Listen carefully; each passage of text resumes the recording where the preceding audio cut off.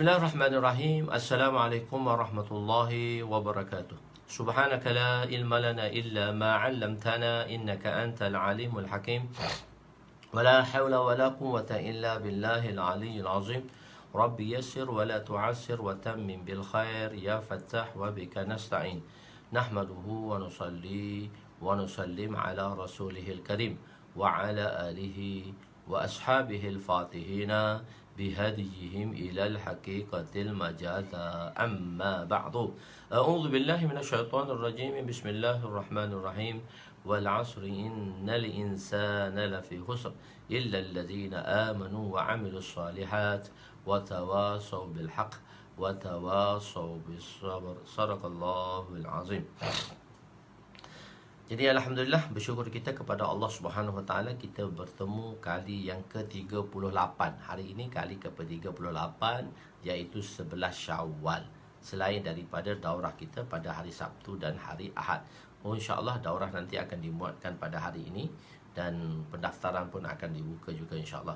Tak berapa lama lagi nanti saya sudah siapkan, admin siapkan perkara itu, insyaAllah kita akan iklankan di page Midrash, dan pada mereka yang telah menyertai daurah, kita akan hantarkan link-link ini pada tuan-tuan supaya mudah untuk membuat pendaftaran. Jadi tuan kali pertama dah buat pendaftaran, kali kedua pun dan seterusnya, setiap kali daurah perlu kepada pendaftaran insya-Allah. Jadi insya-Allah, sebagai hari ini kita mulakan pengajian kita pada hadis yang ke-53, iaitu hadis yang ke-53, iaitu iman akan hilang sewaktu melakukan seburuk-buruk dosa. Yakni iman kita akan terhilang. Hilang bagaimana? Ini akan diterangkan nanti insya-Allah. Iaitu pada muka surat 275 dan hadisnya nombor 53. Bismillahirrahmanirrahim.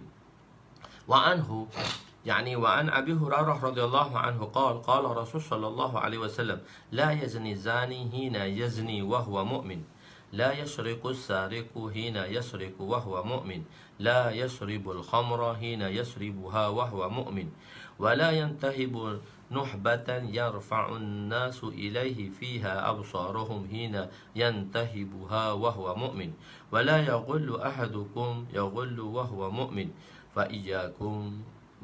إياكم متفق عليه. وفي رواية ابن عباس رضي الله عنهما قال لا يقتل حين يقتل وهو مؤمن. وقال لإكرمة قلت لابن عباس رضي الله عنهما كيف ينزع الإيمان منه قال كذا وشبك بين أصابعه ثم أخرجها فإن تاب عاد إليه هكذا وشبك بين أصابعه قال أبو عبد الله يكون هكذا مؤمنا تاما لا يكون هكذا مؤمنا تاما ولا يكون له نور الإيمان هذا لفظ للبخاري.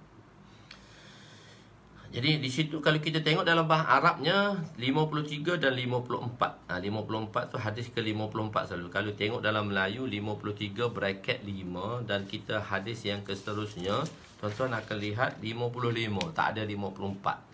Sepatutnya saya tulis 53 serta 54 sebab dalam Arabnya ada 54. Dalam Arabnya ada 54. Untuk akan seterusnya, kitab-kitab seterusnya dia akan ada begitulah. Kalau kenapa di situ sudah ada dua hadis, bukan hanya satu hadis, iaitu hadis riwayat Sayyidina Abu Hurairah dan hadis riwayat Sayyidina Ibnu Abbas. Jadi dia dikira dua hadis di situ. Okey, kita pergi kepada terjemahannya. Bismillahirrahmanirrahim.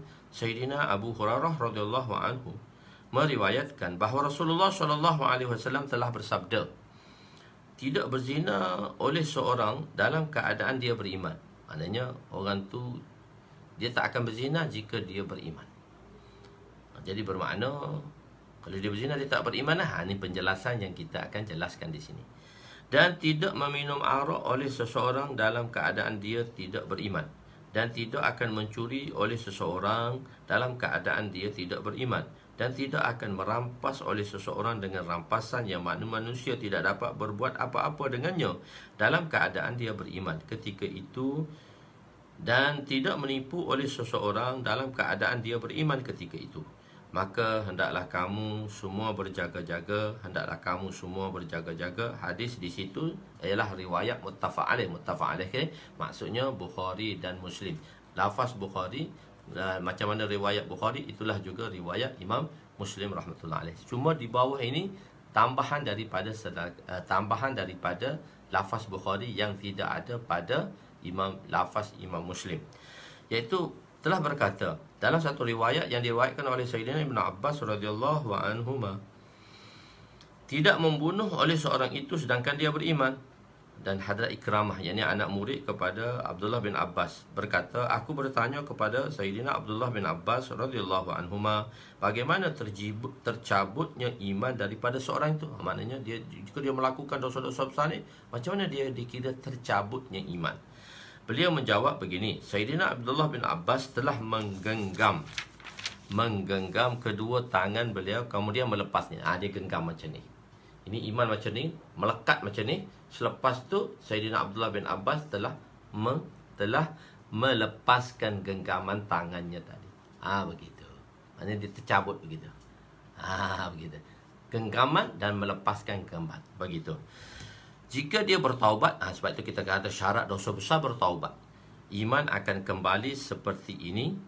Ia menggenggam jemari-jemari beliau. Jadi bila dia iman macam ni, bila buat dosa besar, iman akan tercabut macam ni. Dan bila bertaubat, dia akan bertaubat kembali iman tadi, jiwa seorang mukmin. Ini adalah lafaz Imam Bukhari. Ini adalah genggam jari. Ini adalah lafaz Imam Bukhari. Saya terjemah sampai kepada ini adalah lafaz Imam Bukhari. La yakunu mu'minan taman wa la yakunu nurul iman. Ini adalah situ lafaz Imam Bukhari. Cuma saya tertinggal terjemahan sedikit, iaitu la yakunu haza mu'minan taman wa la yakunu. Kata Imam Bukhari, waqala Abdullah bin Abu Abdullah. Saya tak terjemah tentang waqala Abu Abdullah, tapi dalam syarah saya telah terangkan. Di situ sedikit peninggalan lah, tak terjemah waqala Abu Abdullah. Dalam hadis ini saya tidak terjemah waqala Abu Abdullah. Mungkin tertinggal. InsyaAllah akan biasalah dalam membuat sesuatu perkara tu dia ada peninggalan dan sebagainya, dia tertinggalan sebagainya. Jadi waqala Abu Abdullah, kata Abu Abdullah. Abu Abdullah ni adalah kunyah kepada Imam Bukhari rahmatullah alaih. Jadi Imam Bukhari memberi dua gambaran macam mana tercabutnya iman. Maka berkata Abu Abdullah, la yakunu hadza mu'minan taman. Maknanya orang tadi bila dia beriman, dia buat dosa besar, maka dia tidak dipanggil orang mukmin yang sebenar. Bukan tercabut iman tu tak ada iman lah, cuma mukmin yang dia bukan mukmin sebenar. Kedua, wala yakunu lahu nurul iman. Maksudnya tercabutnya iman tadi ialah tercabutnya nurul iman. Iman dia tercabut, maknanya termalapnya iman dia tadi. Tak ada langsung. Itu dua yang dikatakan oleh pendapat Imam Bukhari rahmatullah alaih. Di situ saya tidak ada dalam terjemahannya. Okey. Dalam hadis ini musannif membawa permulaan wa anhu. Tengok biasanya dalam hadis kita mulakan dengan an Abi Hurairah radhiyallahu anhu, tapi di sini wa anhu. Kenapa wa anhu? Menunjukkan bahawa hadis yang diriwayatkan oleh rawi yang sama pada hadis yang sebelumnya. Maknanya hadis pada 52, hadis ke-52.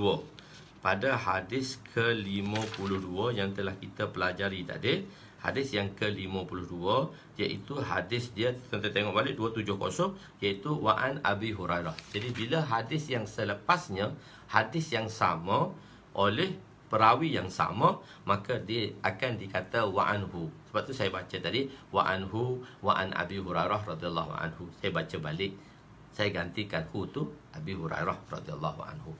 Okey. Dalam hadis ini dinyatakan tidak berzina seorang dalam keadaan dia beriman. Maksudnya kalau satu orang tadi melakukan dosa besar seperti berzina, maka kalau orang beriman tu dia tak akan berzina. Bermakna kalau kita tengok secara lafaznya, maknanya inilah yang digunakan oleh orang-orang Mu'tazilah. Inilah yang digunakan oleh orang-orang Mu'tazilah. Bila satu orang tadi dia mati dengan dosa besar, misalnya dia mati tengah berzina, maka dia tak sempat taubat, maka dia dikira kafir. Mu'tazilah kata kufur, Mu'tazilah kata dia fasik, dan orang yang fasik ni kekal dalam neraka. Dan Khawarij kata orang yang melakukan dosa besar dan mati dalam keadaan dosa besar seperti berzina, maka dia dikira kafir dan kekal dalam neraka. Dia kata bagi pendapat mereka, akidah mereka, Mu'tazilah dan Khawarij, golongan yang sesat ini, mereka mengatakan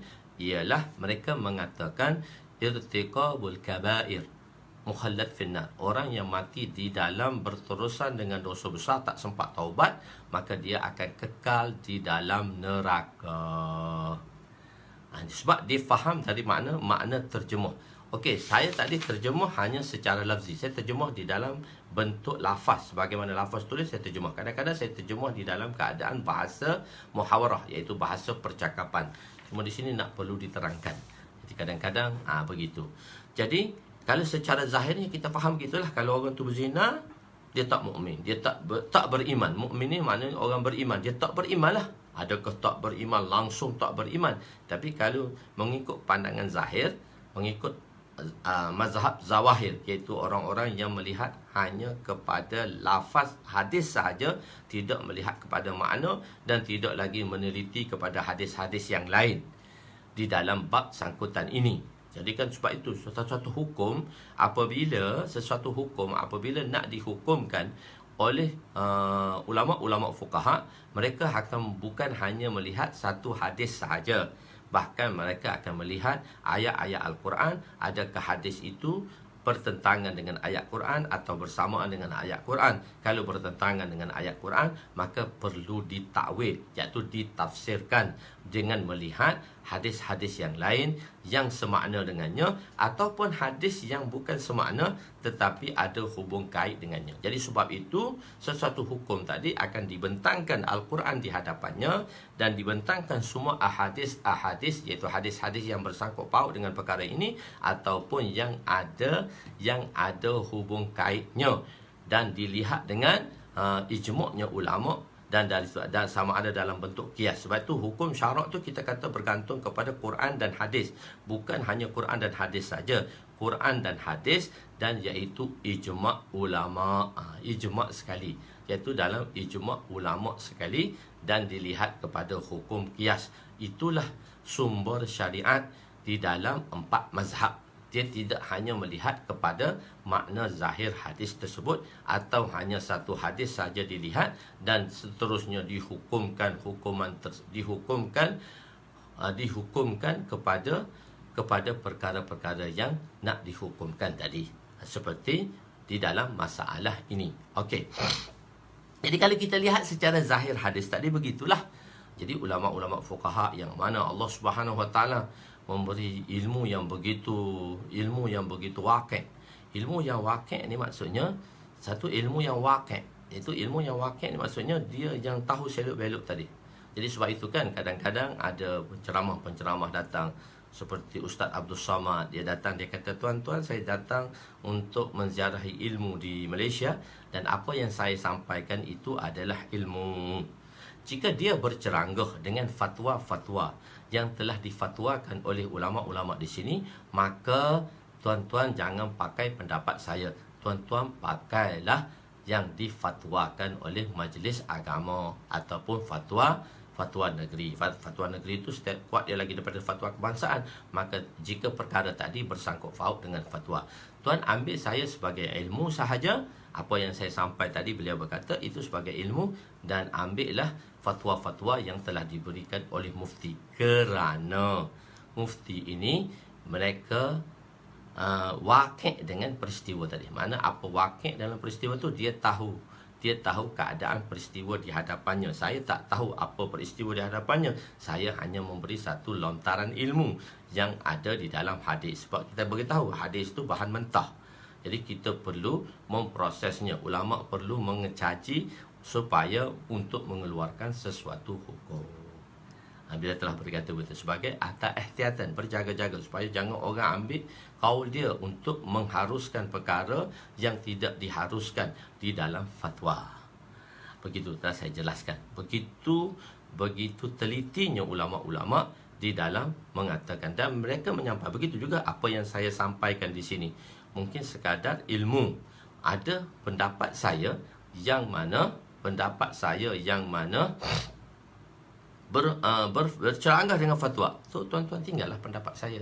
Itu satu lontaran pendapat daripada hadis, dan kalau dia bertanggahan dengan fatwa, tuan-tuan tinggal pendapat saya.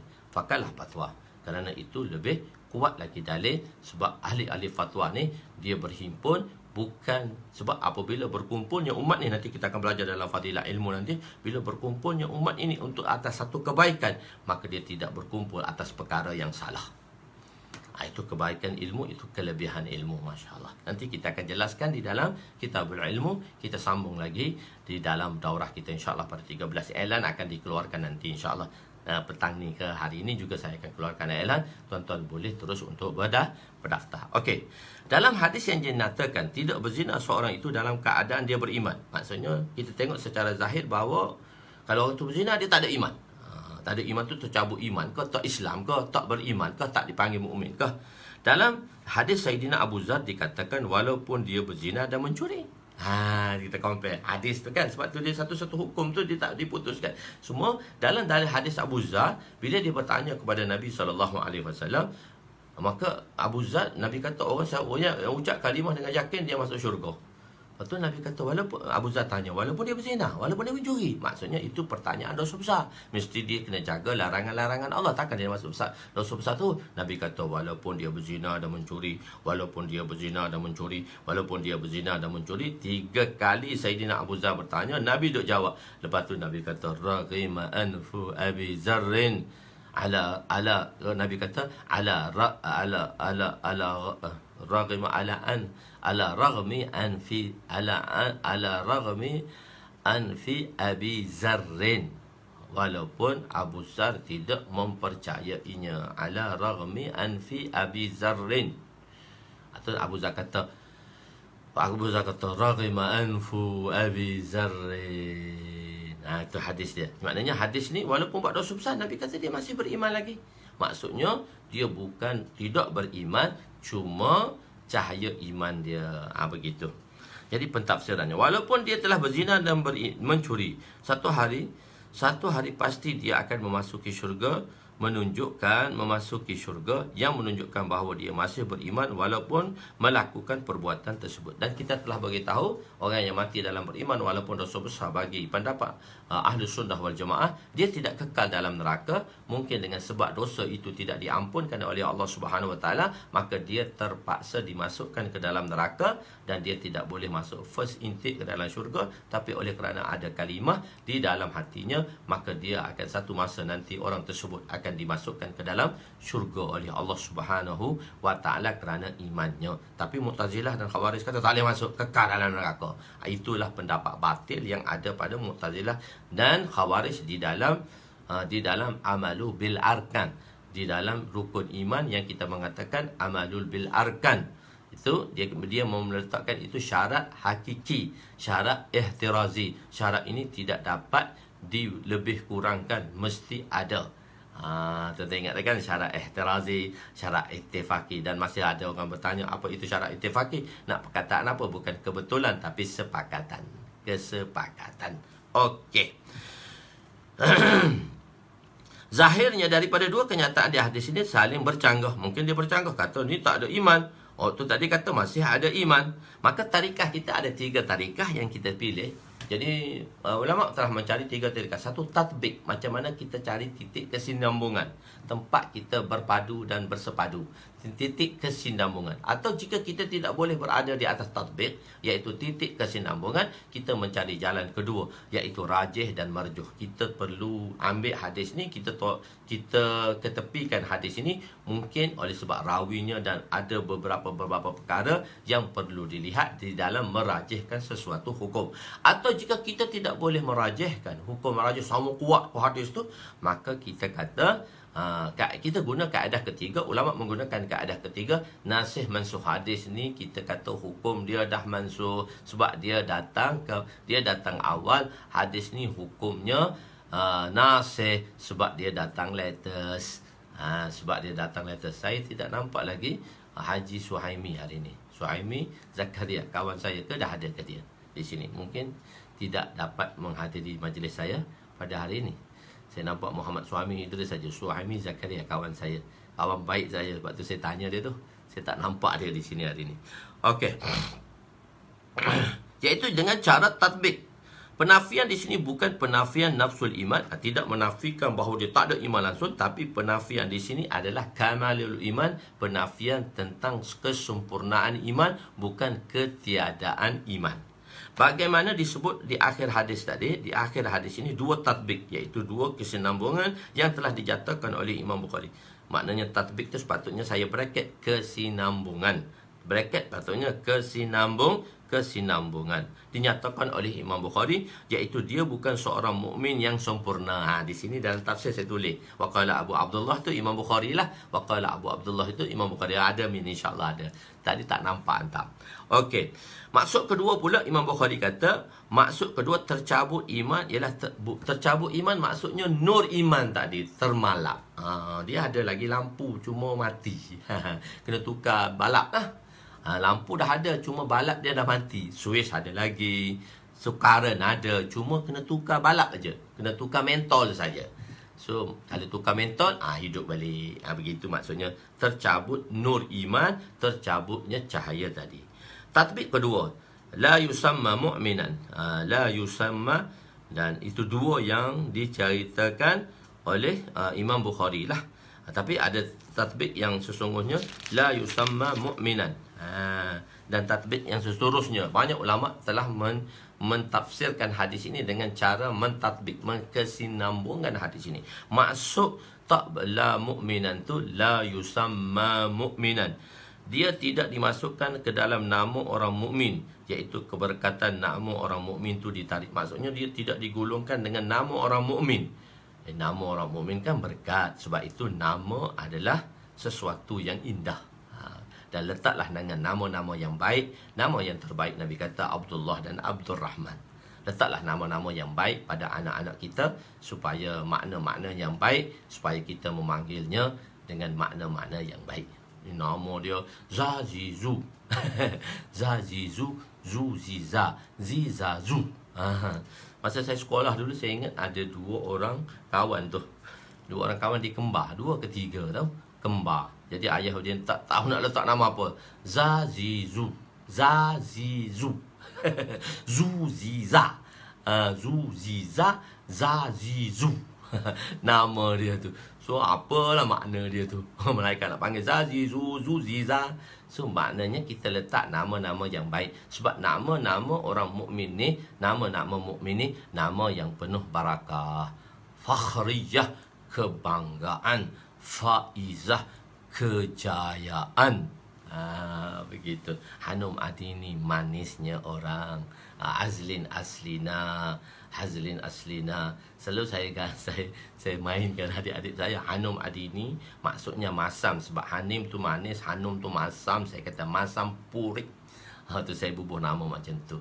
Jadi saya selalu sebut nama mereka-mereka ni sebab dia adik-beradik saya. Saya minta maaf lah. Orang lain pun insya-Allah saya akan sebut. Okey, nanti tak sebut dah nama 4 orang ni. Susah. Okey. Misalnya maknanya dia ada nama. Jadi nama orang mukmin, keberkatan nama orang mukmin tu ditarik daripada dia. Bukan dia semuanya dia ditarik nama keberkatan saja dia. Pada masa tu keberkatan nama orang mukmin tu tidak ada pada orang yang melakukan perkara tersebut. Hasnul Hizam. Nama yang bagus. Dalam dunia tak ada orang nama Hasnul Hizam. Hasnul Hizam, pendirian yang bagus. Makna dia pendirian yang bagus. Muhammad tu semua panggilan saja. Ustaz dia bubuh nama Muhammad. Semua orang Bangladesh dia kata Muhammad, MD. Tapi dalam itulah untuk nama keberkatan mungkin dia bubuh macam tu. Hasnul Hizam, pendirian yang bagus. Masya-Allah, ayah saya ambil mana nama tu saya tak tahu. Dalam dunia ni saya seorang saya rasa ada nama Hasnul Hizam. Hasnul lain tu ada Hasnul Hizam tadi. Barulah anak saya, anak murid saya, dia letak nama anak dia Muhammad Hasnul Hizam. Okey, tak apa. Nama itu ada. Apa ada pada nama? Pada nama orang mukmin ada keberkatan. La yusamma mu'minan, tidak dimasukkan ke dalam nama orang mukmin, iaitu keberkatan nama orang mukmin ditarik daripadanya. Ketiga, makna iman ialah, kita bagi tahu dulu di antara di antara cabangan iman ialah sifat haya. Kita dah belajar al-haya syu'batun minal iman. Kalau tak ada malu, dia akan buat iza lam tastahyi fasna ma syi'ta. Nabi kata kalau satu orang tu tak malu, dia boleh buat apa saja yang dia nak. Jadi malu tadi iman tadi kita takbir dengan perkataan haya, iaitu tidak malu. Jadi iman itu adalah dengan makna haya. Apabila orang mukmin melakukan zina, maka pada ketika itu dia tidak ada lagi sifat malu. Okey. Apabila melakukan dosa besar, maka dia dipanggil fasik, bukan lagi mukmin. Maksudnya bila buat dosa besar, orang Islam tapi dipanggil fasik, iaitu mereka yang melakukan dosa besar. Jawapan keenam, dia terkeluar daripada muti'. Orang mukmin ni orang taat. Jadi dia masa tu dia keluar daripada taat kepada asi, yakni pelaku maksiat. Seterusnya, la taznu. La taznu untuk menceritakan buruknya perbuatan itu. Dalam perkataan bahasa Arab, apabila perbuatan seorang bertentangan dengan ilmu yang dipelajarinya, maka ia tidak layak dipanggil seorang alim. Jika satu orang alim tadi, nama kita tanya semua lah. Nama-nama tu kita bagi semua. Saya nak bagi tahu saja. Okey. Bila satu orang alim, sepatutnya orang alim kan Allah Taala kata innama yakhshallaha min ibadihil ulama. Innama yakhshallaha min ibadihil ulama. Sesungguhnya orang yang paling takut ialah ulama-ulama. Jadi dengan ilmu tu sepatutnya datang sifat takut. Tapi ada juga ulama ulama-ulama yang tak elok. Tadi saya telah jelaskan kepada tuan-tuan, pada mereka ulama-ulama yang mana ada berperangai macam ni, tuan-tuan jangan cemuh dan keji mereka. Kalau kita tak nak, kita tinggalkan sahaja mereka dan jangan kita cemuh. Sebab kebanyakan kebaikan lagi yang ada pada mereka. Mungkin kesilapan berlaku pada mereka dari satu-satu sudut. Mungkin kita melihat keburukan mereka, maka jangan kita hebohkan keburukan itu. Bila kita melihat dan kita mendengar, kita kena takwil baik. Apabila kita melihat sendiri perkara tersebut, maka kita kena jauhkan diri kita daripadanya. Jangan kita menghina dan mencaci. Jangan kita menghina mencaci. Itu ulama dan orang-orang Islam lain pun kita tak boleh menghina dan mencaci sebab kita tak tahu. Cuma kita kena ihtiyat, iaitu kita kena ijtinab. Bukan ihtiyat, kita kena ijtinab. Mana kita hindarkanlah dia daripada dia. Mula menghindarkan diri daripada ulama-ulama yang sedemikian. Jadi satu orang yang melakukan sesuatu perkara yang bertentangan dengan apa yang dia ada, maka ia tidak layak dipanggil sebagaimana apa yang dimiliki oleh dirinya. Iaitu maksudnya jika dia bersalahan melakukan. Jadi kadang-kadang kan kita melihat ustaz ni tak buat ni, ustaz ni tak buat ni, ustaz ni tak buat ni. So kita tak boleh tengok amalan zahir. Kita menghormati seorang ustaz. Umumnya saya beritahu, kita menghormati seorang ustaz bukan dengan amalnya tetapi dengan ilmunya. Sebab Allah menyuruh kita melakukan demikian, telah saya akan jelaskan dahulu. Cuma saya memberi peringatan sahaja pada tuan-tuan. Kalau tuan-tuan tengok tak baik daripada saya, kalau tak baik daripada saya, kalau tuan-tuan tak nak ikut, tuan tinggallah saya. Begitu maksudnya. Ada pendapat juga ulama mengatakan maksudnya aslul iman. Tapi tadi kamalul iman. Tapi ada ulama mengatakan ni tak ada iman terus. Dia kira orang buat dosa zina ni dia tak ada iman. Maka apabila dikatakan tak ada iman, macam tak beriman, apa dia punya reason dia? Apa dia punya dalil dia? Dan daripada mana hukum itu diambil? Sebab dia perlu ada ilah dia. Dia perlu ada reason dia. Jadi bagi mereka yang mengatakan tak ada iman terus, apa reason mereka? Ulama-ulama yang agak keras pendapatnya, dia kata tak ada iman. Maka apa reason dan pendapat mereka? Iaitu Allahu Akbar. Ada juga pendapat mengatakan maksudnya ialah tidak ada iman, iaitu apabila dia beriktikad. Saya lupa nak tulis, iaitu dalilnya apabila dia beriktikad. Tuan-tuan boleh buat catatan lah. Sebab tu saya kata tuan-tuan ada kitab depan, tentu buat catatan sekali lah. Iaitu nafi aslul iman. Tuan buat catatan sedikit. Maksudnya ialah, maksud kalimah iman tadi apa? Kamalul iman tadi tak sempurna iman. Jadi tak sempurna iman tu dia ada banyak pentarjihannya. Ada tujuh cara yang mana dikatakan tak sempurna iman tadi. Mudah lambat masuk hari ni. Kalau ikut dia ke mana tak tahu. hilang gaib kali kot. Tak apa, muda ni orang special dalam majlis kita. Jadi sebab tu saya boleh berinteraksi sedikit dengan dia. Mungkin dia tertidur tadi kot. Ni tafsir Kamalul Iman tadi, ada 6 tu tafsir Kamalul Iman tadi tu. Okey. Kalau satu pendapat lagi ialah, boleh faham Satu pendapat lagi dia tidak beriman langsung. Cuma dalam tak ada beriman langsung ni saya tak bagi dalil, sebab sebelum ni saya dah bagi dalil. Tuan-tuan faham sendirilah. Tapi untuk sebagai nota, tuan tulis sedikit nota. Korang tu tulis juga lah nota. Tapi tulis nota tu tulis cantik-cantik sikit. Selepas ni boleh baca. Namun tuan tulis. Lepas ni tak dia nak baca apa tulis. Itu kita panggil dia dobit. Di dalam pengajian kita, bahasanya dalam matan kita ada dobit. Cara nak tulis balik nota-nota tadi dengan tulisan yang cantik. Supaya apa? Kadang-kadang kan kita duduk tengah mengaji ni mengantuk tulis apa tak tahu. Jadi tuan-tuan tulis dengan cantik supaya tuan-tuan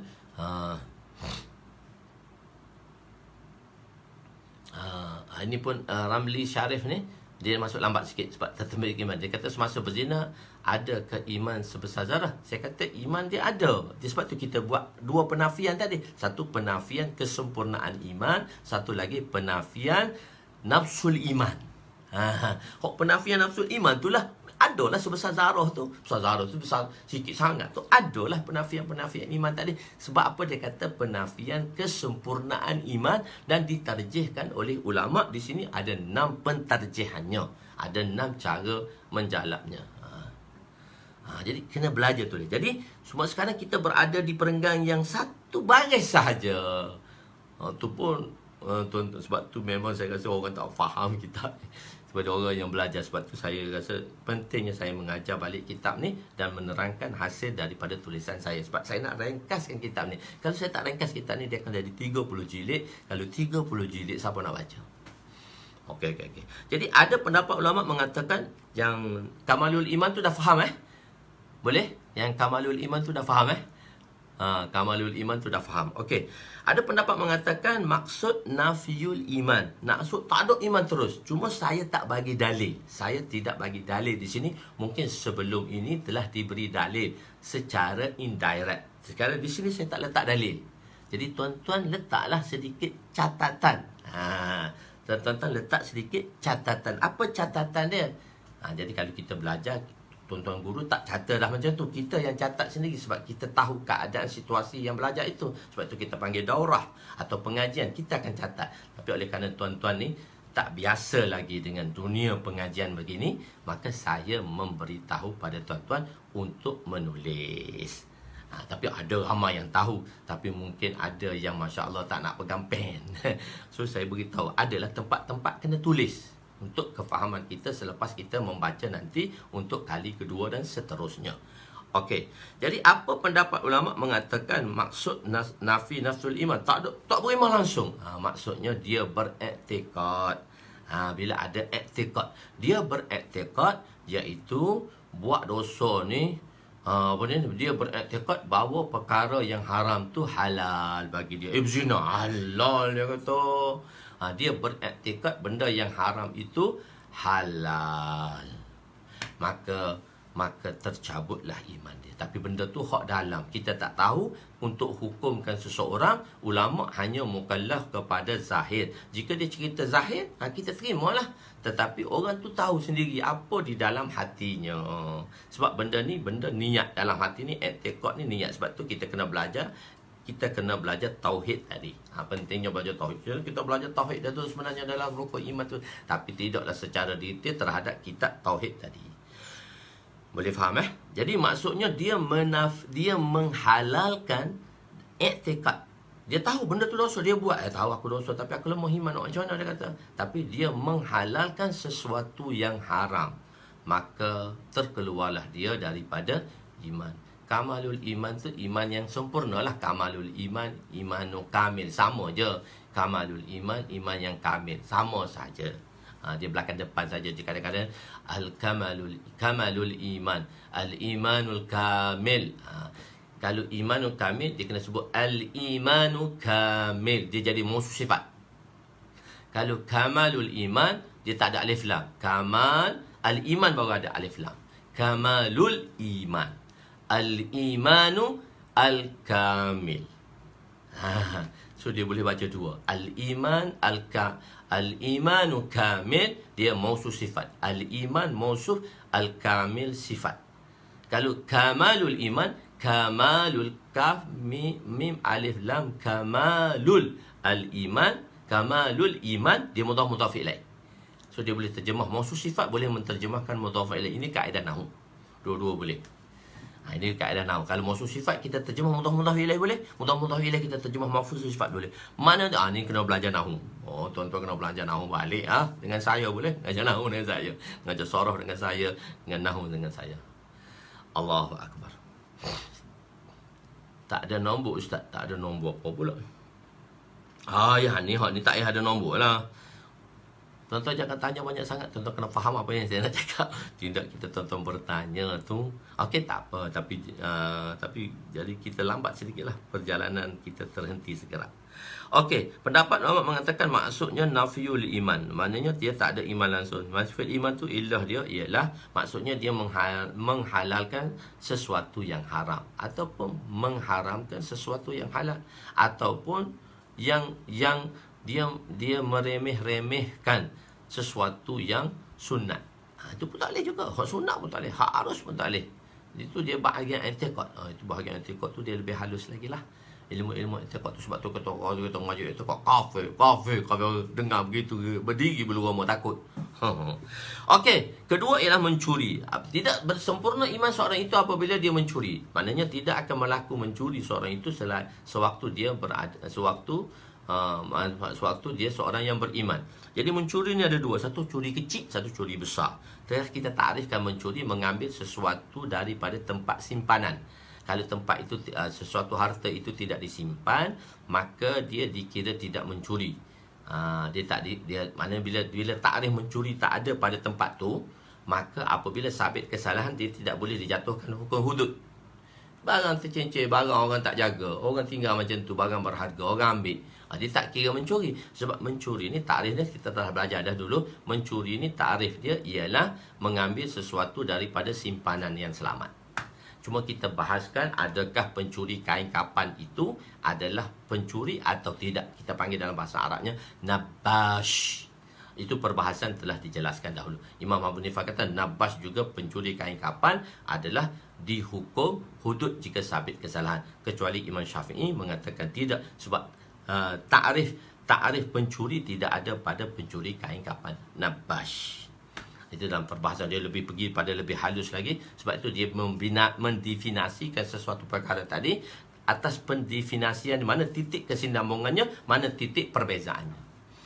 Dia atas kadang-kadang satu takrif tu dia ada panjang takrif dulu. Mana tempat titik kesinambungan, mana tempat titik perselisihan pendapat. Begitu. Okey, di situ dalam titik-titik tu kita cari kesinambungannya, titik-titik tu kita cari mana pendapatnya yang bersalahan dengan sesuatu yang lain. 5 ke 6 tengoklah atas nombor, kita bagi atas nombor tu tuan-tuan pandai sendiri lah. Kadang-kadang nombor ni tu kita tertukar ke belakang ke depan, kadang lebih sikit daripada 5, begitu. Kita sebut 6, tulis 5, itu benda-benda teknikal. Kalau tuan rasa saya sebut 6 tapi ada 5, tuan-tuan tambah 1. Kalau saya sebut 5 ada 6, tuan-tuan tambah 1 lagi nombor, atau pulang-pulang lah. Sebab tu kita berkitab. Kadang-kadang penulis tu dia tertinggal dan sebagainya. Begitu dia sebenarnya satu-satu benda tu mungkin dia terlupa, dia tertinggal, atau dia tak ceritakan sebab atas dasar-dasar yang lain. Sebab tu kalau kita dalam belajar, kita tulis sikit perkara-perkara tersebut sebagai dobitnya, sebagai ingatan kita. Sebab di situ di segi nomborin saja. Ke atas nombor-nomborin saja. Yang kelima mana Ustaz? Nafi iman tadi yang kelima mana? Tuan-tuan carilah sendiri. Yang kelima mana? Ketiga, 4, 5. Sebab yang kelima tu, nombor 1 dan nombor 2 tu saya telah satukan pendapat Imam Bukhari. Itu kena cerdas otak lah sedikit. Okey, minta maaf. Boleh faham? Sebab tengok tadi kan. Tengok tadi saya kata pendapat Imam Bukhari tadi 2 maksud. Iaitu dia bukan seorang mukmin dan dia iman tercabut, maksud nur iman tercabut 2, tapi saya kata tatbik kedua, patutnya ketiga dah tu. Sebab 2 tu daripada iman pendapat, tatbik pertama 2 pendapat. Jadi tatbik kedua. So kalau kaedah tatbik, kita kata tatbik, kita tak numbering. Boleh faham tak? Macam mana saya membuat perkara-perkara itu? So tuan-tuan kena pelajarilah. Itu dia pengarang ni kan. Dia tak nak tulis semua. Tapi kalau dia tulis tu ada makna lah. Kenapa dia tak tulis? Dia tak tulis dalil ketiga. Kita kata tatbik kedua. Sepatutnya ketiga tu tatbik ketiga. Kenapa perkataan tatbik itu tak ditulis? Sebab tak payah sebut banyak kali. Sebut sekali sudah jadi. Sebut sekali jadi begitu. Banyak pula nak cerita kat sini pada tuan-tuan. Tuan-tuan tengoklah. Sebab tu tuan-tuan ada dengan tuan-tuan kesinambungan tadi. Boleh jadi kenapa kadang-kadang ketiga, saya tulis ketiga sebenarnya tu keempat dah, dalil keempat dah, tatbik dalam tatbik ketiga. Tatbik dalam tatbik ketiga. Lepas tu kelima tadi, ketiga, keempat. Di situ saya kata keenam selalu. Apabila seorang itu jadi kan apabila seorang itu melakukan, dia dipanggil ketiga, iaitu keempat. Iaitu seorang itu dia dipanggil ketiga, malu. Yang keempat tadi fasik. Yang kelima tadi sepatutnya dia yang kedua tadi tu nombor-nomborin lah. Sebenarnya tersilap dari segi nombor, tapi sebenarnya tu cukup lah 6 tadi. Sebab Imam Bukhari tu ada 2 dalil dah. Boleh insyaAllah. Okey, tuan-tuan kena, sebab tu tuan-tuan datang bersama. Sebab tu dalam majlis ni kita kebersamaan tu penting. Mungkin tertinggal bagi pihak saya, atau Masya Allah benda tu diterangkan secara berbeza sedikit. Belajar satu teknik membaca kitab. Itu saya nak beritahu teknik tu. Sebab tu ada, sebab berkitab. Dia berkitab sebab ada dia punya berbeza-beza sedikit pendapat. Kadang-kadang saya tulis macam tu. Okey, sebenarnya penulisan ini untuk pelajar-pelajar saya. Sebab tu saya ringkaskan. Tapi sebab tu saya tolong mengajarkan tuan-tuan balik. InsyaAllah. Kedua ialah mencuri. Mencuri itu ada 2 jenis. Curi kecil, curi besar, merompok. Curi besar tu merompok lah. Seorang itu tidak dikira seorang beriman sewaktu dia merompok, sehingga orang ramai terpegun dengan dan tidak terkata. Bila kena merompok lagi kan, kita tak kata terdiamlah. Habis dia cabut, dia rentah, habis dia cabut, habis dia tarik, habis semua sekali tadi. Dia tarik semua. Tak terkata apa-apa. Temengang lah dia. Kawan ni datang dengan machine gun. Kawan ni datang dengan pisau. Kawan ni datang dengan pedang. Bergerak sikit pancung bergerak sikit. Tembak mati daripada mati. Baik bagi semua. Begitu. Jadi seorang itu tidak dikira seorang beriman sewaktu dia merompak, sehingga orang ramai terpegun dan tidak terkata apa-apa. Orang yang mencuri terpegun, orang yang dicuri terpegun, sehingga tidak dapat berbuat apa-apa. Dalam keadaan ini, jika dia melakukan sedemikian, maka dia dikira tidak sempurna iman, sebagaimana di atas yang telah kita bagi dalam 6, tapi kita hanya tulis 5 sebab tak ada nombor 5. Okey. Khianat. Satu lagi khianat. Khianat dalam harta ghanimah. Khianat ni memang tak boleh dah. Sebab apa khianat dalam harta ghanimah ini di-highlightkan di sini? Kenapa khianat dalam harta ghanimah ini di-highlightkan di sini? Okey. Dalam harta ghanimah, tuan-tuan tahu kan harta ghanimah ialah harta peperangan. Dia adalah harta fai'un, harta fa', saya kata harta fai'un dan harta ghanimah. Harta ghanimah apabila rombongan orang Islam pergi berjuang dan berperang dengan orang kafir, dan dalam peperangan tadi orang Islam memenangi peperangan tersebut dan orang kafir meninggalkan harta, maka harta itu adalah harta ghanimah. Harta ghanimah ini ada bahagiannya untuk mujahid, 1/5 untuk Nabi SAW, untuk Allah dan Rasul, untuk Nabi lah. Kita dah beritahukan tentang harta-harta Nabi, telah saya jelaskan di sana dahulu. Okey, oleh kerana benda-benda baru, saya kena ulang balik sedikit-sedikit lah. Jadi harta rampasan ni 1/5 untuk Nabi, 4/5 tadi adalah untuk bahagian mujahid. Dan pembahagian dia, ada cara pembahagian dia. Orang berkuda, orang yang pergi berkuda, dia mendapat 2 bahagian. Dan orang yang pergi berjalan kaki, dia mendapat 1 bahagian. Sebab kuda tu salah satu daripada bahagian peperangan. Jadi dia dapat 2 bahagian lah. Sebab dia pergi, dia dan kuda. Jadi orang yang jalan kaki tu, dia pergi berjalan kaki saja, dia tak pakai kuda, maka dia dapat 1 bahagian daripada 1/5, 4/5 tadi. Tapi ada juga harta-harta rampasan tu dikhususkan. Maknanya dia tidak termasuk di dalam 4/5. Dia tidak termasuk dalam 4/5. 1/5 hak Nabi dah. Tapi dia khusus untuk dia. Nabi kata, man qatala qatilan fahuwa salabahu. Dia ada hukum lain daripada hadis yang lain. Man qatala qatilan fahuwa salabahu. Man qatala maqtulan. Barang siapa seorang membunuh. Seorang mujahid tadi membunuh. Qatil memberi makna maktul, telah membunuh, pembunuh, penjahat tadi, fahuwa salabahu. Maka semua harta yang ada, semua harta peperangan bernilai, semua fahuwa salabahu. Maknanya bahagian peperangan, basic peperangan.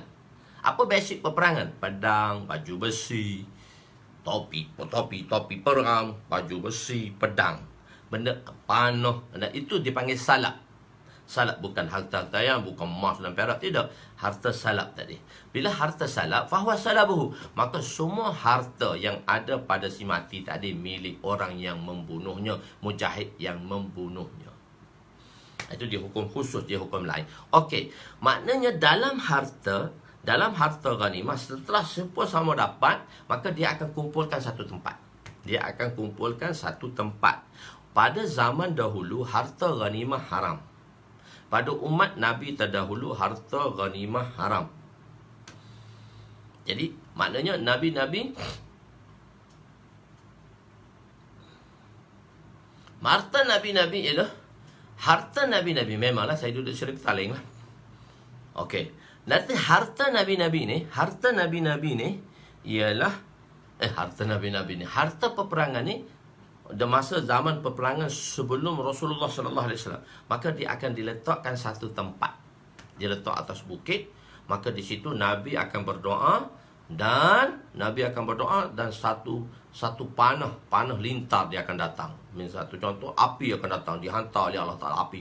Bau, api hantar bakar semua harta tadi, tak boleh ambil. Datang bau bakar harta, tak boleh ambil. Maknanya apabila petir datang, tempat harta ghanimah itu dikumpulkan, harta ghanimah terbakar hangus. Dan orang dulu pun, umat dulu tak boleh ambil harta ghanimah. Harta ghanimah tidak halal bagi mereka. Mereka kena letak satu tempat. Tapi ada orang yang sembunyi harta ghanimah, tak letak di situ. Maka bila api datang untuk menyambar, petir datang untuk menyambar barang-barang ghanimah tadi, tak terbakar. Bermakna tahu ada orang simpan harta ghanimah, tak kumpul semua. Tak kumpul semua. Jadi Nabi-Nabi akan iklan balik. Nabi-Nabi dulu akan iklan, tolonglah, siapa terlepas pandang, harta ghanimah tak dikumpulkan lagi. Mungkin dia terlepas pandang kot, dia tak perasan benda tu ada dalam poket dia ataupun dalam karung dia. Lepas tu bila Nabi Allah, baru tengok. Lepas tu dia pergi letak.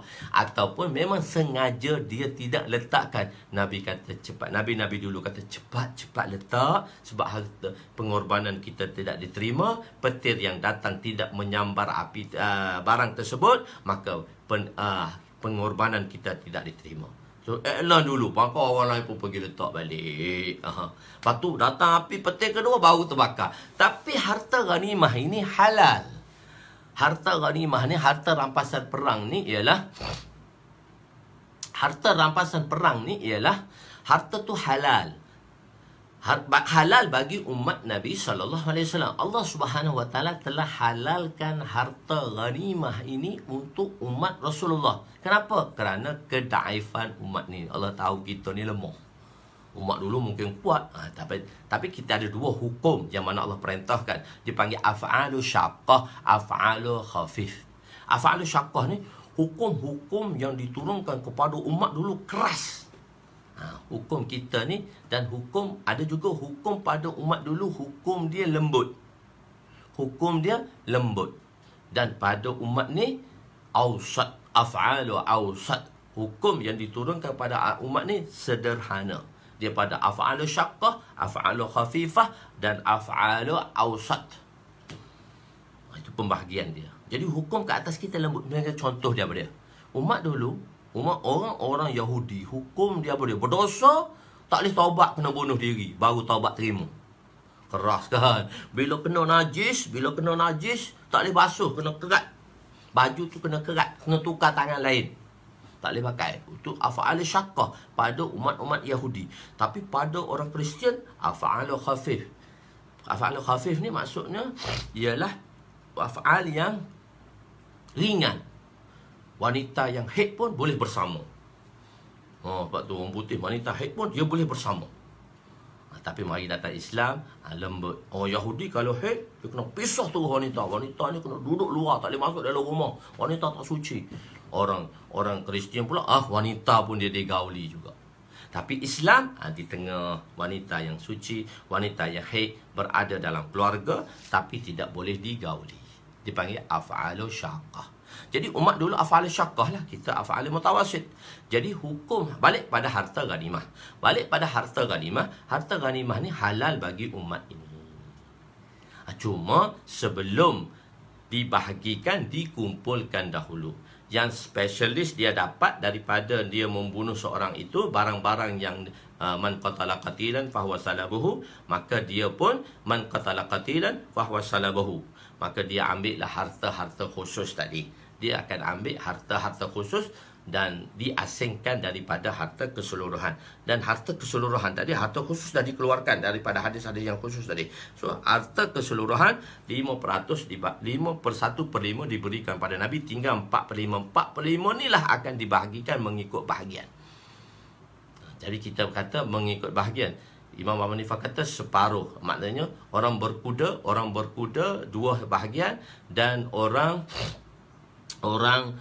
yang berjalan kaki sebahagian. Bagi kita pendapat Imam Syafi'i, kita ambil reason lain, iaitu kita ambil satu dalil hadis, orang yang berkuda dapat 3 bahagian. So dia ada sedikit pertelingkahan, perselisihan pendapat di situ. Okey, itu kita panggil dia ikhtilaf mazahib, perbezaan pendapat di kalangan ulama. Perbezaan pendapat di kalangan ulama. Okey, kita berbalik kepada harta rampasan. Jadi harta rampasan tadi bila dikumpulkan, dia ada milik dia. Di situ ada milik dia, cuma tak dibahagikan. Jadi sebab itulah lepas dibahagikan harta ni dapat ni, ni dapat ni, ni dapat ni, ni dapat ni, maka dia menjual satu sama lain. Dia jual, aku tak nak ni lah, tapi ni aku dapat. Aku tak nak lah, aku jualkan kau. Aku dapat benda ni. Aku nak lah yang kau dapat tu. Aku ada benda ni. Tak apa, kau ambil ni, dan ini benda ni kita tukar, dan aku tambah sikit. Kau kena tambah. Sebab tu kata sahabat kata kami menjual harta rampasan dalam fadail solat tu dah. Kami menjual, kami balik dengan begitu cepat dalam peperangan. Kami menjual satu sama lain, dan saya mendapat untung 300 ukiah perak. Dalam fadail amal tu dia kata macam tu, 300 ukiah perak. Nabi pun nak bawa dia kepada zihin akhirat. Nabi kata, maukah aku khabarkan pada kamu yang lebih cepat daripada itu dan yang lebih mudah daripada itu. Kuda tidak termasuk dalam harta salak. Kuda tak termasuk dalam harta salak. Dia salak ni pakaian dia je, kuda tak termasuk. Ada pendapat kuda termasuk juga dalam harta salak. Ada dia tengoklah, saya terlupa dah kuda tu termasuk dalam harta salak atau tidak. Tapi saya rasa nanti saya tengok balik, kuda ada termasuk tak dalam harta salak. Jadi benda saya tak datang zihin benda tadi. Saya tak boleh kata tak, saya boleh kata ya. Saya tengok balik benda tu insya-Allah.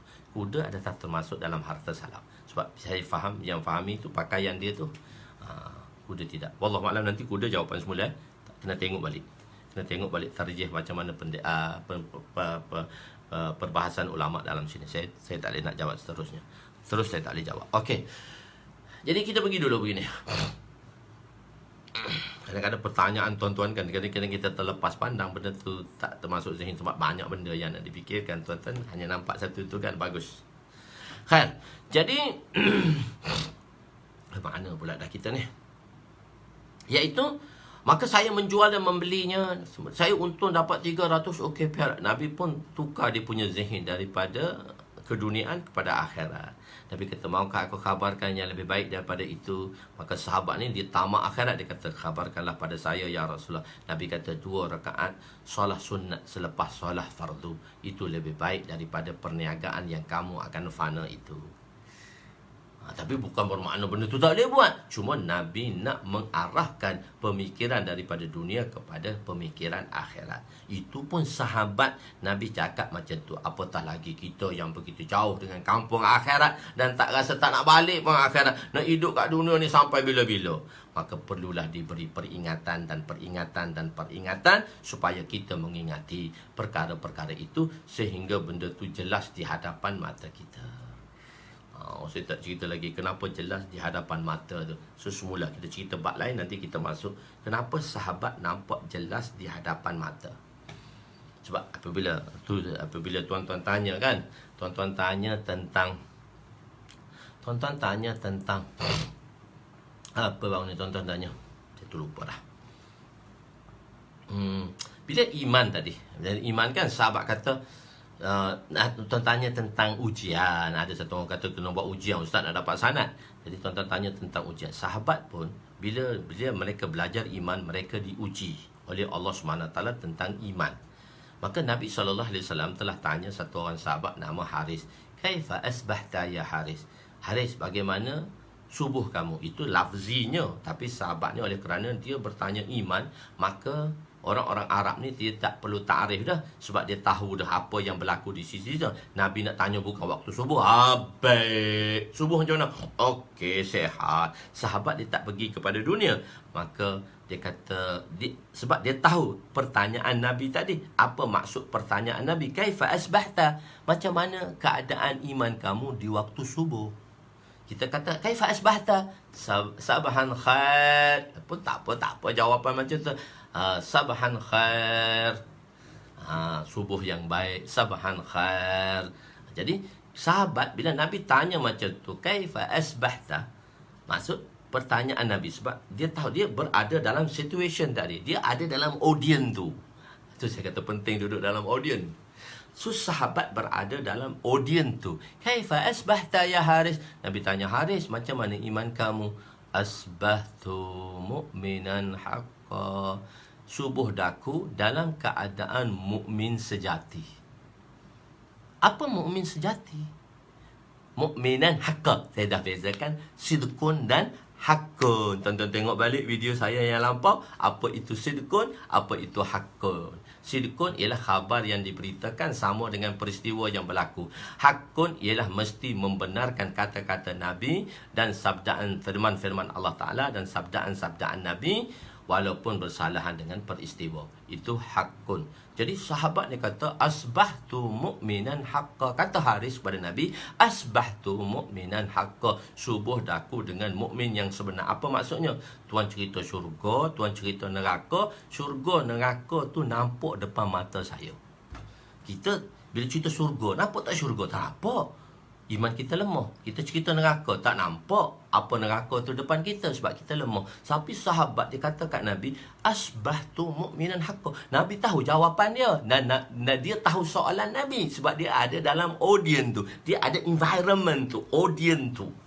So sahabat tahulah Nabi, asbahtu mu'minan haqqa. Nabi pun tahu dia jawab. Nabi kata, mana boleh kau jawab macam tu? Mesti ada bukti dan dalil. Asbahtu mu'minan haqqa. Maksudnya, kaifa asbahta ya Haris? Haris, bagaimana keadaan subuh kamu? Itu lafzi dia. Kaifa asbahta ya Haris? Macam mana keadaan subuh kamu ya Haris? Haris jawab, asbahtu, subuh daku, asbahtu mu'minan, dengan mukmin yang haqqa. Maksudnya apa mukmin haqqa tadi? Mukmin haqqa saya bagi tahu dah. Saya begitu yakin dengan sabdaan dan firman Allah Subhanahu Wa Taala walaupun dia bersalahan dengan peristiwa. Maksudnya saya nampak kubur. Bila tuan cerita kubur, saya nampak kubur depan mata saya. Bila tuan cerita neraka, saya nampak neraka depan saya. Bila dia cerita syurga, saya nampak syurga tu macam seolah depan mata. So, kita nak bayangkan macam mana ya keadaan macam situation tu macam tu. Alhamdulillah, dunia moden sekarang boleh menjelaskan kepada kita. Satu ketika saya pergi ke mana? Saya pergi ke bangunan Al-Khawarizmi. Masa tu adalah Ustaz Long pun ada dalam sini. Ustaz Tuan Johar pun ada kat sini. Kita orang buat motivasi. Jadi Ustaz Long, Tuan Johar tu semua tu kita orang punya motivation. Jadi dulu saya ikut-ikut aja dulu nak belajar dengan mereka semua. Masya-Allah tu guru saya dalam motivasi ni. Sebab tu saya agak tak kaku bila berhadapan dengan Tuan. Saya tak serius. Ada tempat yang saya boleh senyum, ada tempat saya menangis, ada tempat saya garang. So saya belajar daripada orang motivasi lah ni. Okey, supaya audiens saya hidup. Masya-Allah begitu. Terima kasih pada mereka. Sedekah jariah bukan sedekah jariah, man sanna sunnatan hasanatan tu. Mereka memulakan satu perkara yang baik dan mana saya tiru dia, masya-Allah, dia tak termasuk dalam sedekah jariah tapi dia termasuk man sanna sunnatan hasanatan. Ni kita nak tatbik ni hadis tu dengan apa yang kita buat. Baru kita faham, baru kita tahu. Bila kita tahu, baru kita dapat istihdarkan fadha'il tadi. Bila kita istihdarkan fadha'il tadi, maka kita akan mendapat yudha'ifu liman yasha. Allah boleh tambahkan ganjaran mengikut apa yang dia suka. Sebab kita nak cari untung. Orang nego ni nak cari untung. Takkan orang beramal kita tidak boleh mencari untung. Begitu. Tapi ada juga standard ulama dia slow. Kita mengikut ulama lah. Ada dia perlahan aja. Ada kita kata ustaz ni faham ke tak ni aku baca ni. Dia sambil tidur je. Bila kita terjemah salah, maulana kita Mia, dia kata engkau ni terjemah apa? Salah tu. Sambil tidur tu dia tegur kita. Macam ulama-ulama lain lah, dia special. Tapi masya-Allah kami belajar ilmu penceramahan ni. Okey. Dia maknanya ilmu macam mana nak berbidato. Bukan berbidato, macam mana nak hidupkan suasana di hadapan. Tapi saya tak ikut semualah. Saya ikut, saya rasa mana sesuai. Begitu. Tapi banyaklah saya belajar daripada motivation. Okey.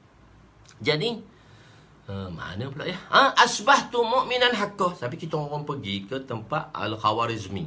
Bila kita orang pergi tempat Al-Khawarizmi, kita berpeluang. Alhamdulillah, amin. Man sanna sunnatan hasanatan tu Tuan Johar okey, memulakan sesuatu yang baik yang mana ditiru oleh orang itu, maka apa yang ditiru oleh saya ni tuan-tuan dapat pahala insya-Allah. Ustaz Long, Tuan Johar, masya-Allah. Okey. Jadi, saya pergi ke bangunan Al-Khawarizmi. Dan bila kita pergi bangunan Al-Khawarizmi dalam motivation tadi, kita masuk satu bilik.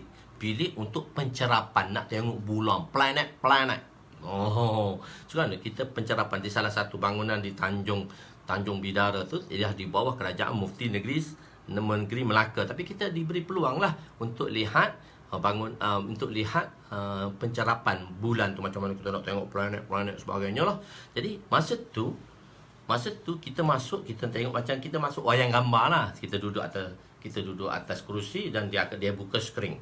Sebelum buka skrin, setiap orang diberi spek 3D. Masa tu 3D tidak, dia kena pakai spek dulu 3D. Dia wayang tu, dan kan kalau kita tengok 3D kita pakai spek baru kita nampak 3D tu. Dia buat dah gambar dia 3D tu macam mana. Dia nampak tiga dimensi tu. Dulu pakai spek. Bila kita pakai spek, kita akan nampak 3 dimensi. Kita nampak benda tu hidup. Kami diberi spek 3D. So dia buka skrin. Saya nak bagi tahu ni ustaz ni tahu 3D daripada mana? Tengok wayang gambar ke? Tengok 3D ke? Tak. Tengok 3D ke? Tak. Saya nak bagi tahu macam mana saya boleh tahu tentang 3D. So saya tengok bukan saya tengok satu benda, saya tengok banyak benda di situ. Bila kami dipakai spek 3D, maka dia buka skrin. Bila dia buka skrin, maka dia akan pancarkan satu tayangan lah. Bila dia pancarkan satu tayangan, kita nampak hutan. Dalam hutan tu ada keluar anaconda, ular besar. Kita nampak ular besar dalam skrin tadi. Tapi oleh kerana kita pakai spek 3D, kita tak perasan tu 3D ke apa D. Masa tu tak masyhur lagi 3D. Sekarang ada 7D lah. Jadi, kita pakai spek 3D. Bila kita tengok ular yang datang daripada belukar, hutan belukar tadi, keluar melalui skrin. Ular tu keluar daripada skrin. Keluar. Dia duduk dalam skrin tu keluar. Dia macam ular tu menghampiri kita. Kita bertepi. Ular! Kenapa? Kita nampak ular tadi kenapa? Spek 3D. Asbahtu mu'minan haqqa. Itulah spek iman sahabat. Allahu Akbar. Itulah spek iman sahabat. Sahabat dia bukan tengok dengan spek 3D, tapi dia tengok dengan spek iman. Sebab tu Nabi kata, kaifa asbahta ya Haris? Haris, macam mana subuhmu? Iman kamu di waktu subuh. Asbahtu mu'minan haqqa. Ya Rasulullah, apa yang Tuan cerita tentang syurga? Syurga nampak di hadapan saya. Apa yang Tuan cerita tentang neraka? Neraka nampak depan mata lendir saya. Ya Rasulullah, apa yang Tuan cerita tentang azab kubur? Azab kubur itu di depan mata saya. Macam mana Tuan pakai spek 3D? Kita kena pakai spek 3D baru nampak benda hakikat tu. Hak dalam gambar tu nampak keluar. Tetapi sahabat iman dia boleh nampak perkara yang gaib. Dia rasa imajinasi tu. Allah. Betul. Seperti pakai spek 3D. Itu satu pemisalan lah. Tapi orang kata ustaz tu tengok 3D ke? Tak. Saya nak kata kenapa saya boleh tengok 3D tadi. Tapi saya ambil daripada peristiwa tu. Saya kata beginilah sabdaan Rasulullah pada Haris.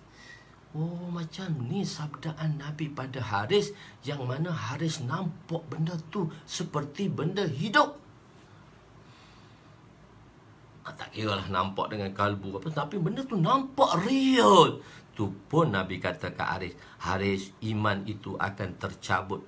Bagaimana mudahnya kamu seorang memakai baju untuk membuangnya kembali atau untuk menyarungnya kembali. Itu dia kata kat sahabat, hak nampak ria dah, tak tahulah kita tuan-tuan iman kita macam mana. Jadi perbezaan tu yang kita nak nampak. Okey, khianat. Jadi sahabat, balik kita pada harta ghanimah yang khianat. Jadi bila harta ghanimah yang khianat ni, maknanya harta ghanimah tadi, satu orang tadi yang boleh mendapat harta ghanimah, dia ada bahagian dah. Maksudnya dalam 45 tu ada bahagian dia dah. Cuma tak ditentukan lagi. Cuma dia khianat. Yang dia khianat tu adalah sebahagian daripada harta dia. Cuma ada harta orang dalam tu. Dan dia mengkhianati harta tersebut. Dan Nabi kata, itu dosa besar. Itu dosa apa? Itu dosa besar. Khianat dengan harta ghanimah. Maksudnya dia tak letak harta tu. Dia simpan untuk dia. Dan harta ghanimah, walaupun harta tu milik dia, ada dia bahagian dia di situ, sepatutnya bahagian dia tu halal lah. Hak bukan bahagian dia haram. Tapi dia dikira semua haram. Harta ghanimah tadi dikira semua haram. Allahu Akbar. Jadi, apatah lagi harta orang yang tak ada harta kita kalau kita makan. Lebih-lebih lagi lah haram. Maksudnya, benda yang ada sebahagian haram pun dicampur dengan halal di situ, bahagian harta ghanimah, jadinya haram. Dulu orang kata, sahabat nampak hakikat kubur nak. Macam mana nampak? Baru 3D ni menjelaskan pada kita macam mana sahabat nampak hakikat kubur dan hakikat iman mereka. Kan? Jadi di sini ialah harta sebahagian tu yang halal tu dia campur dengan haram, jadi haram. Sebab kerana tidak mengikuti bagaimana syarat dia. Jadi tu syarat tu penting. Di dalam sesuatu benda dia mesti mematuhi syarat. Sebab tu saya kata dalam insurance konvensional, dia memakai kaedah muawadah. Mesti ada barang yang diakad jual dan beli dan ada benda barang. Tetapi dalam sistem takaful kita pakai mudharabah atau wakalah. So dia konsep tu yang membezakan sesuatu benda tu kan jadi haram. So konsep itu yang kita kena belajar dan kita kena faham. Bukan kita tengok sama je konvensional dengan takaful, tak beza pun, untuk ambil banyak lagi. Tak, sebab dia ada konsep. Jika tidak memenuhi konsep dan syarat tadi, maka perkara itu akan menjadi haram. Okey, boleh faham? Kita ke mana pula pergi? Dia cabangan. Bila jadi fiqh ni, dia bercabang selalu. Dia banyak benda cabang. Jadi kita nak faham ni dulu. Sebab tu kalau saya tulis tu, tuan-tuan jangan tanya banyak, kita pergi dulu. Tanya sikit-sikit, tak faham dalam ibarat tu, okey. Tidak, kita kena pergi lebih luas lagi. Okey. Jadi satu ketika berlaku kepada sahabat, Nabi telah bagi semua harta. Dan satu orang bawa satu bekas yang kecil, yang sikit saja. Saya rasa bekas apa tau? Bekas kecil, saya terlupa dah bekas tu. Dia kata, ya Rasulullah, saya terlupa. Saya terlupa nak letak bersama dalam harta ghanimah. Ini adalah harta ghanimah yang dikumpulkan. Nabi kata, aku dah bagi dah 1,000 orang. Tak nak bagi macam mana bekas kecil ni kepada 1,000. Dan 1,000 orang tu nak cari mana lagi? Maka kamu kena tanggung di akhirat nanti. Saya tak tahu. Takkan tak tahu orang iklan berapa kali lah ya. Takkan tak cek. Kena cek lah. Maka kejahilan kerana tidak mengetahui bukan satu reason untuk terlepas daripada cengkaman. Kau belajar kau barak, kau belajar kau berak. Tapi kena belajar. Tak belajar tak boleh. Tapi ada orang kata tak perlu belajar ustaz, tak perlu belajar. Kalau belajar kita kena amalkan. Lebih baik kita tak perlu belajar, tak perlu amalkan. Kalau tahu kena amal, berdosa ustaz. Saya pergi ke Indonesia, saya jumpa satu orang. Kenapa tak solat? Solat tu wajib ustaz. Tapi kalau kita belajar solat, wajib kita menunaikannya. Kalau kita enggak belajar, enggak tahu, enggak apa ustaz. Itu bila fikiran bodoh gitu. Apa macam mana? Enggak apa ustaz. Dia kata begitu. Pening juga orang macam ni. Macam mana nak tarik? Enggak apa belajar. Sekarang saya ajak tuan ke masjid. Senang aja kan? Senang aja kan? Begitu. Okey, bagus. Jadi itu maksudnya khianat dalam harta ghanimah. Okey, panjang lebar dia. Satu perkenggan saja nak terang habis macam-macam dah. Apabila seorang berperang dengan seorang kafir, maka orang Islam akan mendapat ghanimah, harta rampasan perang. Dalam ghanimah sebahagiannya adalah haknya. Sebahagian itu adalah haknya. Tetapi dia telah mengambil sebelum ghanimah itu dibahagikan. Itu pun tidak boleh, apatah lagi harta yang bukan haknya. Begitu juga di madrasah. Jika menggunakan sesuatu yang tidak dibenarkan, jika dilakukan, maka ia dikira sebagai khianat. Pen kat pejabat, pen milik pejabat, kita nak pinjam sekejap, kita terlupa buat balik, letak kat rumah, letak dalam poket. Kita kata pen kita, lepas tu anak kita guna. Bukan hak kita tu, hak pejabat tu, hak office tu. Harta tu harta ijtimai tu, bukan hak kita. Kalau hak kita letak sana, okey, ni kita ambil, tak apalah, kita guna untuk keperluan pejabat tadi. Tapi kita terlupa buat masuk dalam poket, buat macam hak sendiri. Benda simple kecil lah. Lepas tu buat balik anak kita guna. Kalau orang jaga, betul-betul dia jaga. Sebab tu kita kata anak aku ni kenapa perangai macam ni. Kita tak tahu perangai kita macam tu. Suka ambil hak orang dan jadikan milik hak kita pula. Minat kita boleh guna masa kita di pejabat, tapi kita bawa balik ke rumah. Hak kita dia kata jadi hak kita pula. Dah welo. Tak boleh lah macam tu.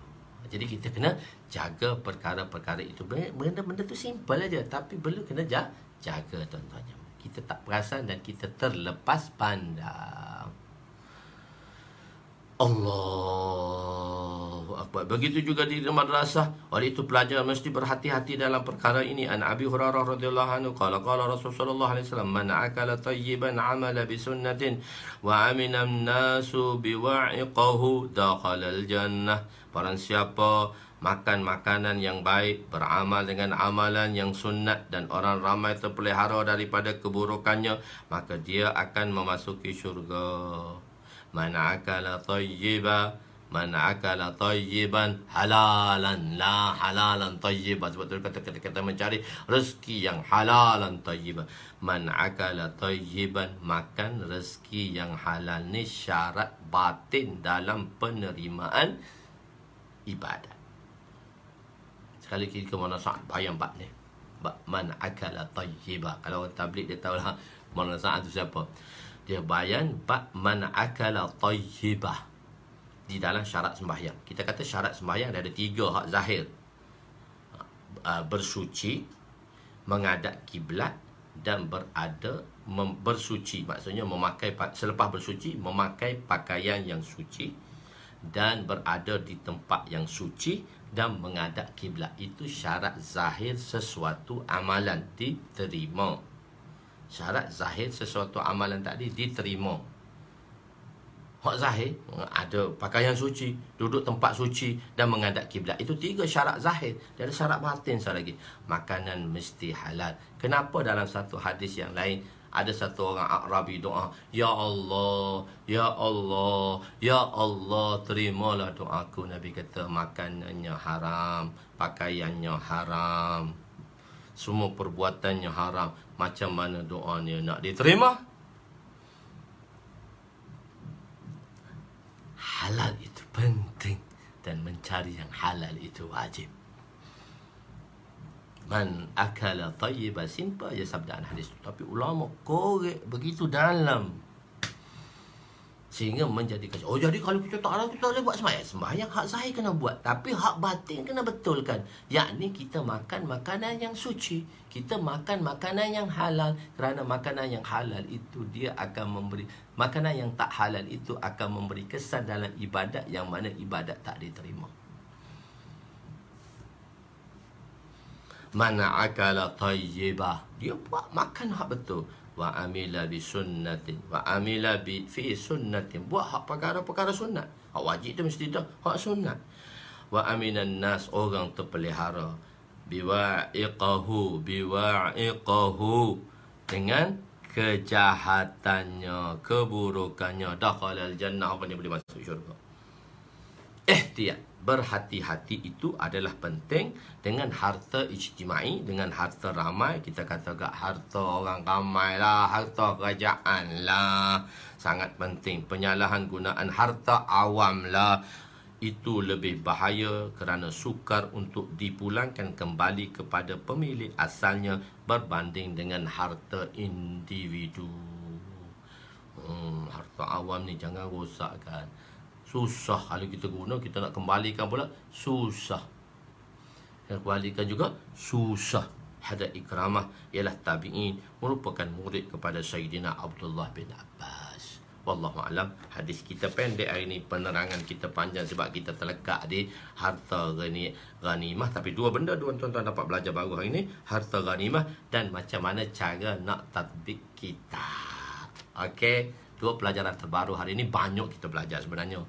Moga Allah Subhanahu Wa Taala memberi taufik dan hidayah pada kita untuk kita beramal, dan kita sampaikan dan sharekan video ini untuk dijadikan sebagai amalan untuk kita.